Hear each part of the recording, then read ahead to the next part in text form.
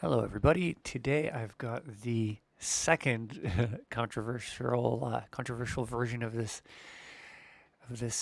justice strength dyad for the obstacle, and I got the Ace of Wands. Bonk, dunk, dunk. Ace of Wands is the opportunity. Do you guys know the go to horny jail meme? Bonk. That's the sound I'm imagining for this one. Dunk. All right, so justice or strength. We're going to be looking at strength because the way I've got this set up in terms of looking at the neighbor cards, it's it's easier to do that. But yeah, this is, in my opinion, a contested card. If we are to derive the meaning of any of these cards, at least in some part, by the neighbors they keep, which I think that's a good approach. Each card being contextualized by its neighbors, by the, like, let's say the strength seven or eight card in this case being contextualized by the 18 as well, looking at how the eights of each of the suits share similar themes. Um, but yeah, so I've got a little bit of a hard time deciding on which of these interpretations to go with. They kind of bleed over into each other. Now, eight is it's the eights in general. They're balanced. They they're stable, and this one, the eight generally refers to, in my opinion, it exists in a region that is past the it's past the point at which human beings are involved in the scene. Like in the sense that this is describing some sort of archetypal experience. You it's a situation you run into. By this degree of the tarot, by the eighth and ninth degree are now past the realm of human beings, of people, of social matters, political matters. So I think that these cards, depending on which one which one you consider, but let's say we're looking at strength, we're um, talking about something that you experience on, like, a conceptual level, a creative level, an emotional level. It's abstract. It's not literally about some individual taming some beast or some judge. It's like the idea of a balance between the conscious and the unconscious, or the idea of the concept of justice existing, um, not not necessarily an individual like a judge, nor would it be something like I feel like there's this pretty misguided idea about nature being balanced. Ever since I think Lorenz published the first book on ecology, he really kind of pushed this idea that nature keeps itself in a balance, and he also considered that human beings are kind of outside of nature, and we interfere with that balance. But if you just leave things alone, they'll balance themselves. That would kind of be more like uh, the second degree of the tarot, like any of the two cards. I think would be more representative of that kind of things in nature that are balanced. But I mean, but I do disagree with the idea of nature in general being being balanced. But yeah, going back to this, so strength. Let me just go to this. I stopped getting distracted by what I think is the real interpretation. Um, yeah, strength, the subduing, uh, or the seduction, or the placation, but whatever it is you need to do to tame this beast, to tame this passionate animal. It's depicted as red in this card. That's the color of wands. Um, it's the color of wands. It's creative energy, sexual energy, subconscious in a lot of ways. It's the kind of stuff that gets you moving before you even really have a very strong idea of why you're moving or why you're doing something. A lot of the kind of automatic instinctive processes, instincts, that's a animal instincts. It's a good way of thinking about it. There are some animal instincts that are just fascinating. Like when you consider that, like, I mean, bowerbirds, I think that's how it's pronounced, are insanely interesting. But even most average nest building birds, it's like if if you if you or I tried to build a nest or some sort of a shelter, there would be a lot of abstract thinking and consideration and planning and reasoning involved.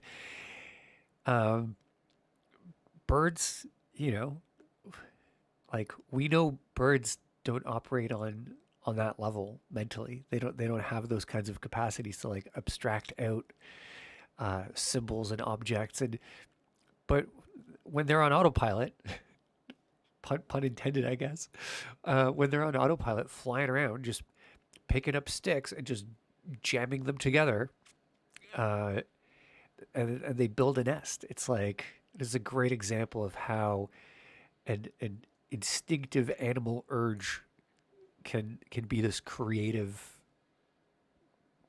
force, this thing that ends up. And you look at a finished nest, and it like because we see things as we see things as symbols and as words and as narratives and stories. See, it's almost impossible for us to look at a nest and not see intention. Like, oh, the bird wanted to create a protective space. It's got the hole. It's built around the sides. That's there so the babies don't fall out. But like none of these things are conscious considerations of the bird. It's just on autopilot. Yeah, I really like describing birds as being on autopilot. Um, and yeah, and strength here is being depicted as I like to think of it as the finesseful taming of these impulses. And the character doing the taming is dressed all in white. White represents order, stability. Um, but in this sense, when we're looking at this card as a warning or as an obstacle, I think that it could imply that the amount of order and stability used to tame this creative this creative animal could be overwhelming or suffocating. It could be, you know, it could be too rigid.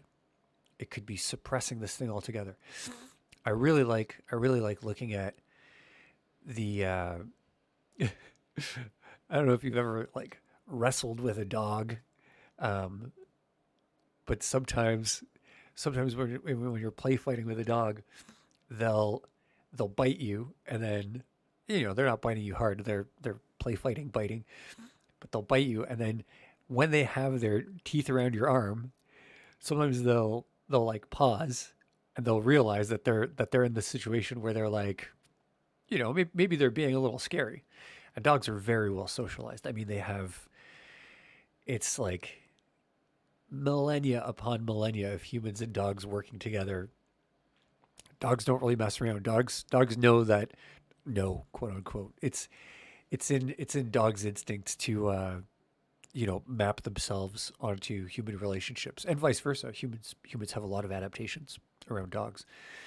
But yeah, so a dog will have its teeth around you, and then it'll stop the playful aggressive behavior, and it'll check on you. And if you freeze at the same moment and just look at the dog, sometimes it'll try and lick you, but it's like it's trying to lick you while it has your arm already inside of its mouth. So it's this incredibly like derpy and awkward, like okay, I was just being really aggressive a second ago, and now I'm like just trying to lick you. Um, yeah, the strength card, the image depicted on it kind of reminds me of that as this, the struggle, this the struggle to keep this animal subdued. Um, in the ideal sense, it could be this really playful kind of act. It's like this play fighting. It's there's a camaraderie there. Um, it it it could be interpreted like she's wrestling this lion thing, or that it's like licking her um, out of affection. I'm guessing, and I think just that balance of interpretations really makes me think about finesse in the use and application of strength.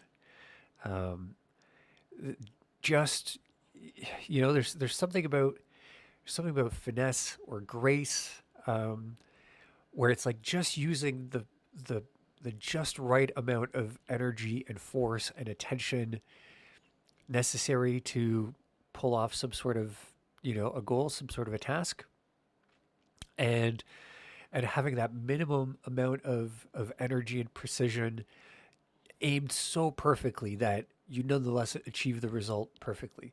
Um, there's some, sometimes I love coming across videos of like either some really really old person playing golf or a really really young person playing golf.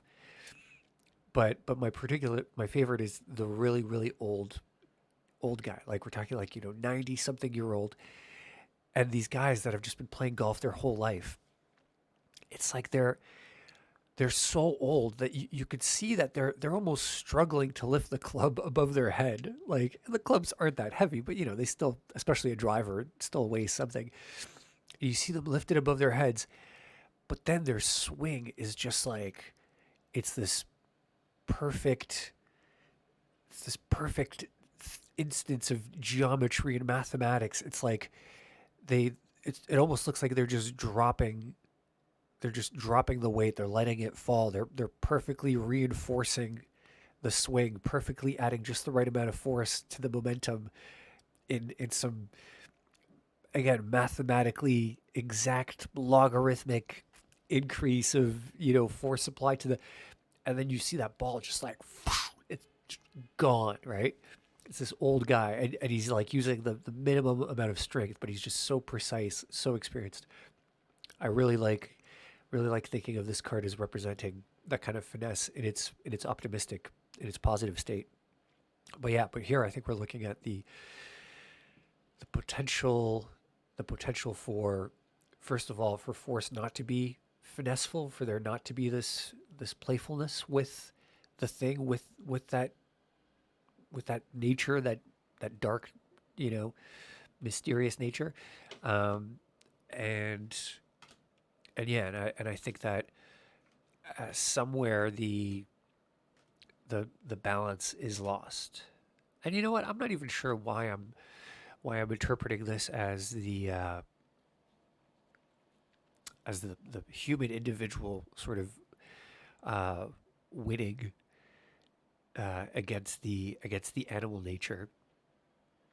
I guess because it's the one that seems to be acting in the most determined fashion in this scenario. But yeah, the 18 card, the moon is, I think it's definitely a card that deals more with the subconscious, with the id. So I would kind of think that this card is, it's more about the strength of the superego or something along those lines.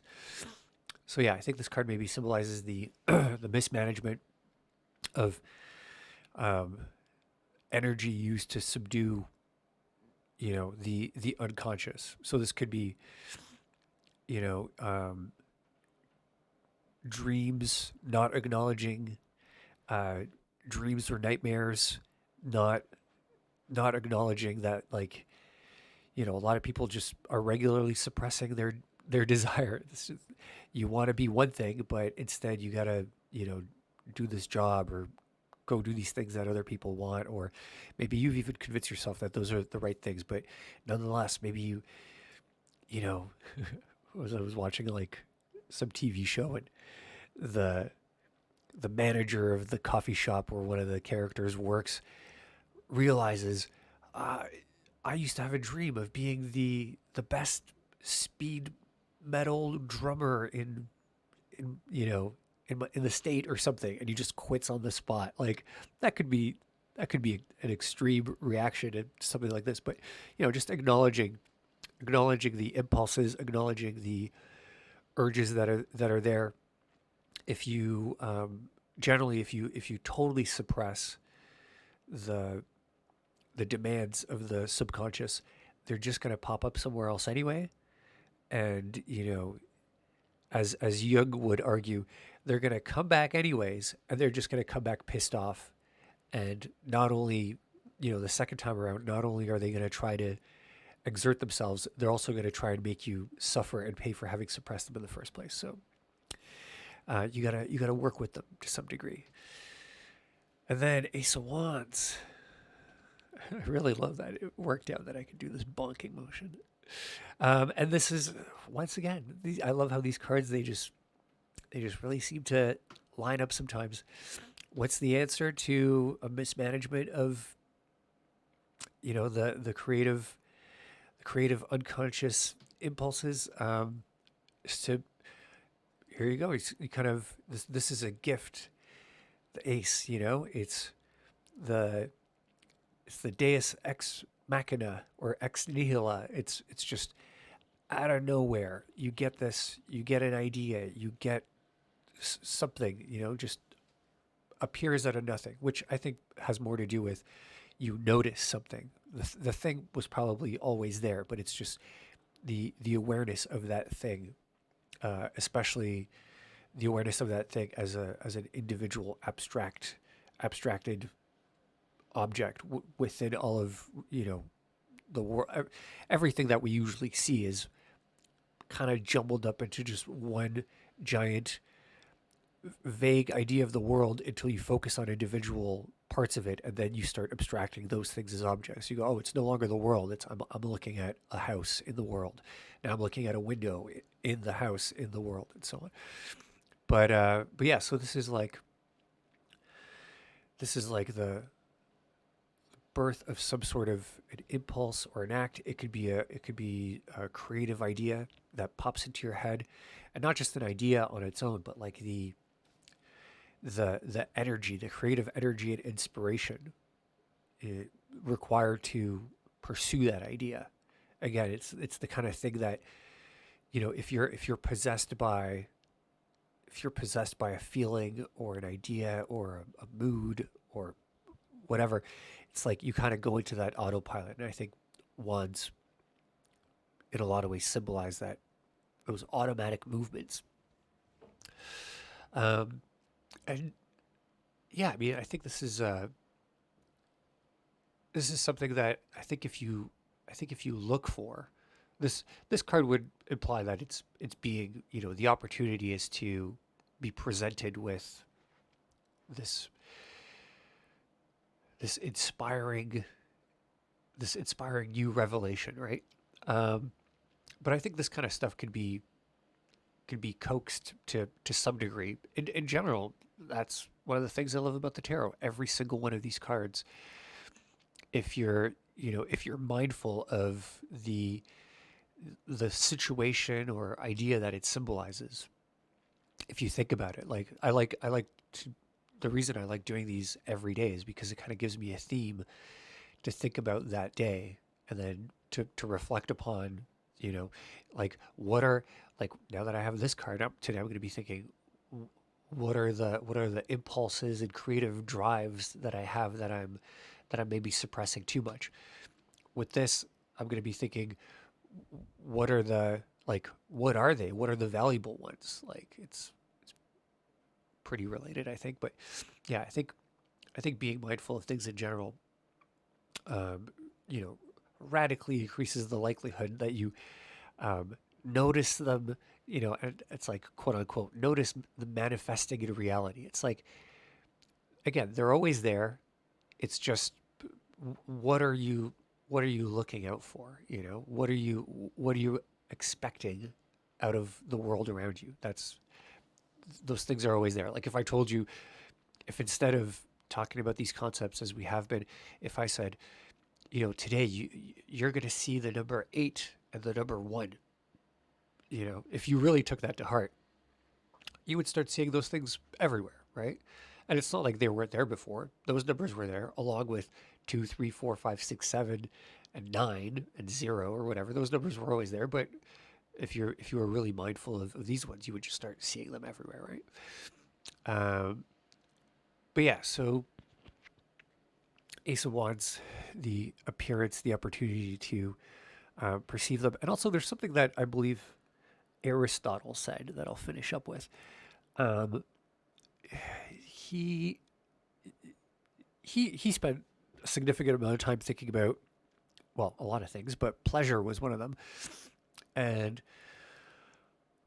one of the things that I found really interesting about him was putting the pleasure of sex, kind of in the same on the same plane as the pleasure of thinking. He considered those two to be, the most pleasureful things.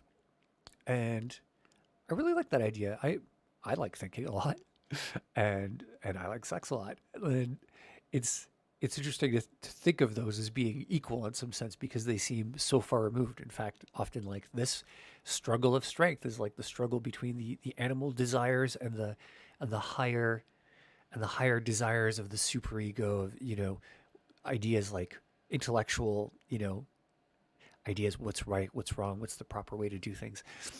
Um, but yeah, Ace of Wands. I think this could also symbolize the opportunity here. I think could be the opportunity to maybe realize how profoundly enjoyable it is to pursue um, ideas and and sexual deeds. These are, to sort of respect those two.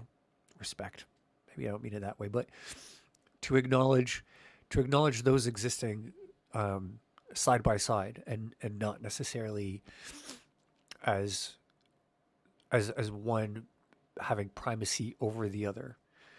you know so again, like the